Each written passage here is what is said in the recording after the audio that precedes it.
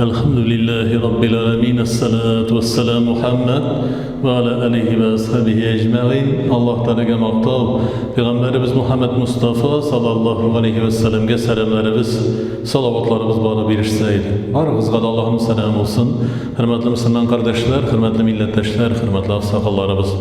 Esselamu aleyküm ve rahmetullahi ve berekatuhu. Hayırlı günler, hayırlı turmuşlar Allah Teala nasip eylesin hem bizge de.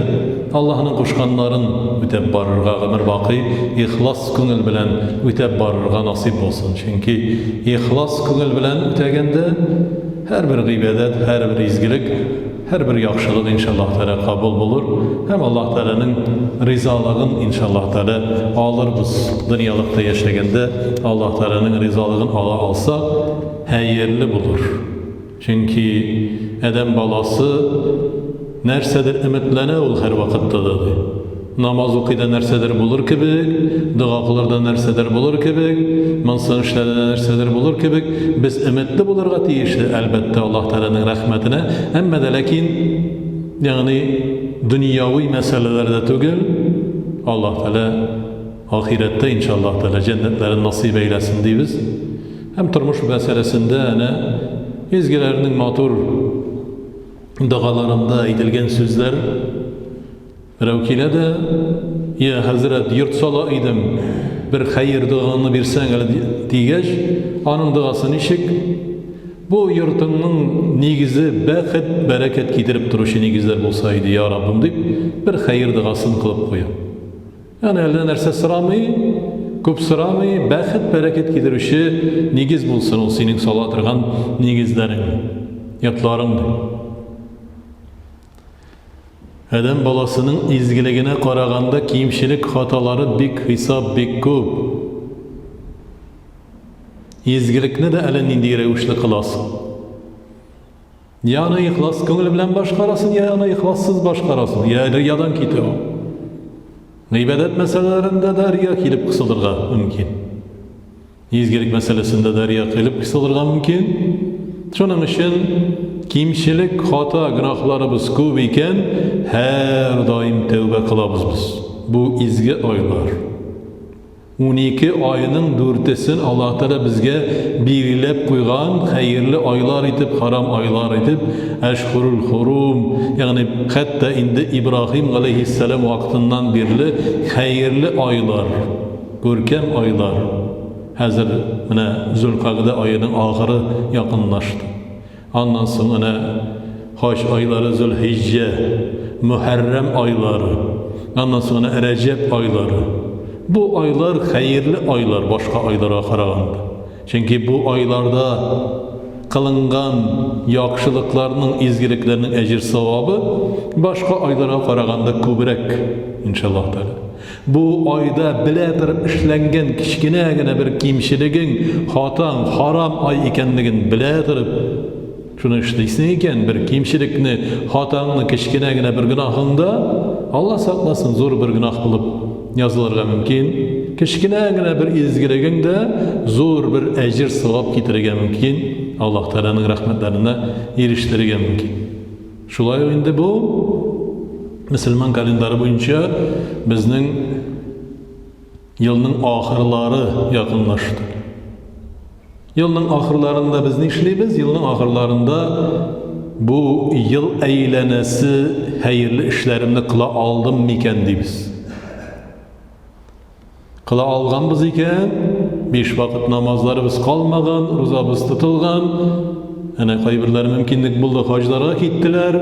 Hele de kuzgalalar Allah'ın rahmeti, hayırlı imin seferler bulsun, sen savirip kaçsınlar. Hac gıybedetlerin ihlas köngülüyle Allah Teala kabul eylesin. Kimler barmağın barığa nasip bulsun inşallah Teala. Allah Teala nasip etsin inşallah. Şunun için yıl eylenesi ol, tevbe kılatırgan vakitlarda. Şu yıl eylenesi boyu kimşilikler, hatalar, günahlar bek hesap bek köptür Edem balasında. Niye için şulay? Çünkü Allah Teala halakal insanı zayıfen, Allah Teala kişilerini, insanlarını zayıf etip yaratkan, zayıflık nelikte ol? zayıflık, yani özümüzün nefsibizge özümüz hoca bulmaganlıktan, yeki hoca bulurga tırışmaganlıktan, tövbe kıldığında hem tövbe kılgandan sonunda şu günahlı işke tağın kızıktırıp vesvese kılıp dıra. Nefis mi, şeytan melgum mi, iki kişi vesvesesi mi, başka vesveseler mi? Şunun için sen Müslüman bile tırıp şu İslam dini karşında yaramağınlığın bile tırıp işlemeske bu günahlı iş ikenligin bile tırıp işlemeske tiyişli. Bu günahlı işten tıyılırga, özümüzne tıyıp kalırga tiyişli biz. Biz bit ecir savaplı bulurga Allah Teala karşında ecir savaplı diyiz.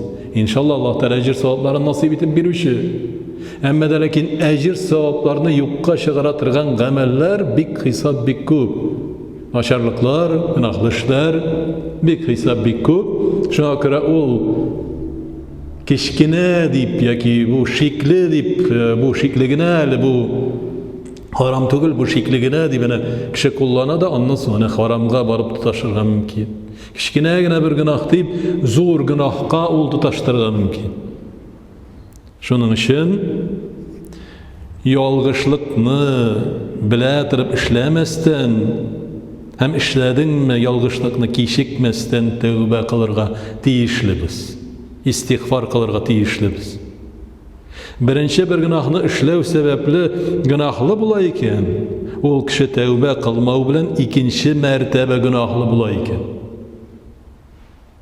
Yani bir günahlı işini işledi de tövbe kılmadı hem tövbe kılmağı sabahından tağın ikinci tabir günahlı buldu.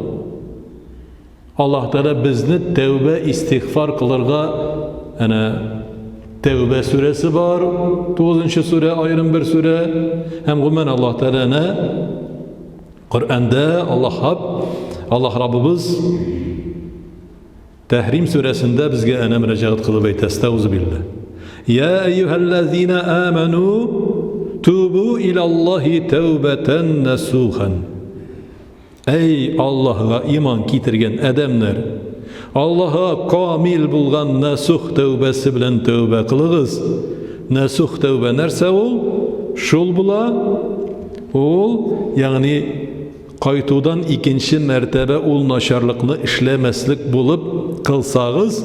Rabbimizin Allah Teala karşılığında kimşiliklerinizni, Allah Teala sizin kimşiliklerinizni, günahlarınızını gafı etüü, mengilik cennet bakışlarına kirtüü bilen yakın ve ümitlidir di. Yani şeriatımızda şunday hikmet var. Günahlı işini bildin, günahlı işini kılgan sonunda tövbe kıldın da tövbe kılıp şundan soň ettin bu tövbe kılgan sonunda Ya Rabbi niyetledin köngül bilen şunu de.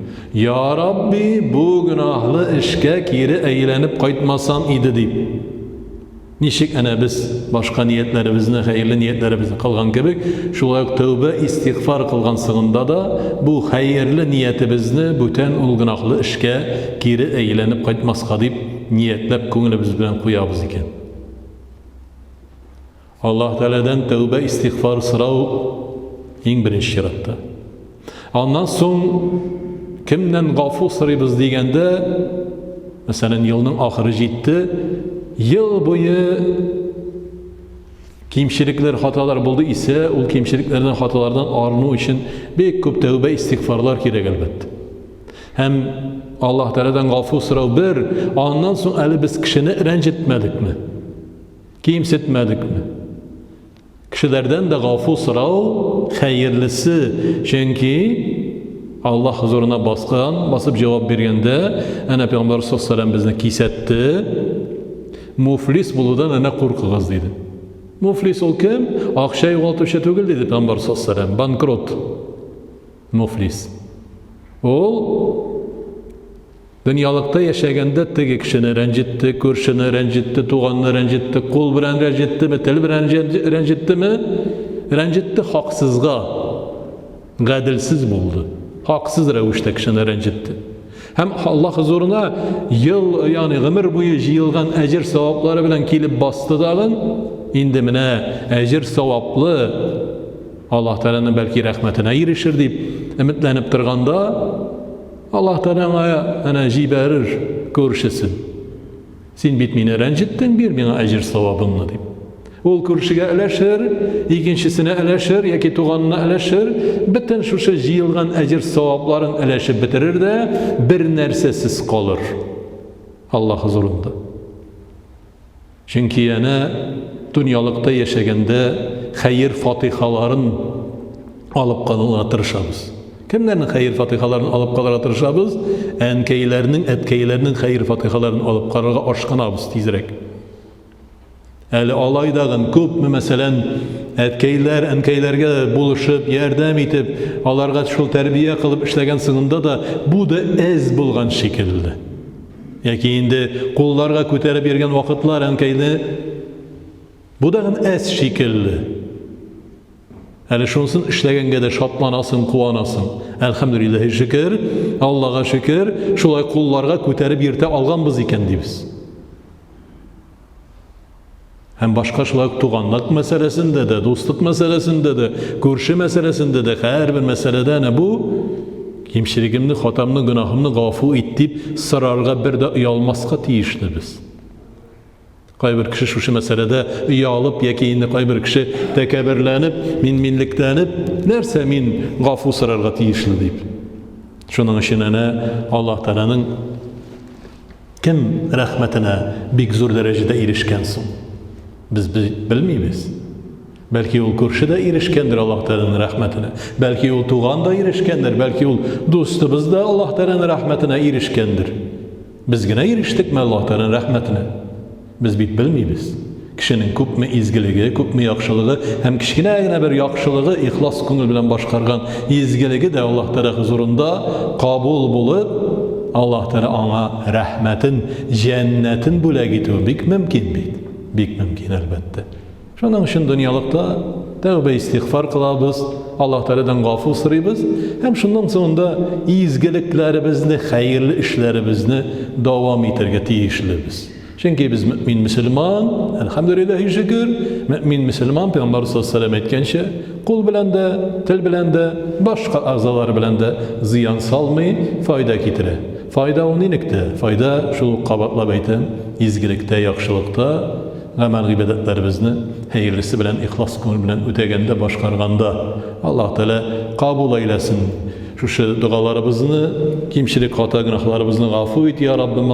Turmuşlarımızga bəxit, bereket nasip eyle. Ahirette hemme bizge cennetlerine kirip şatlanırga nasip et.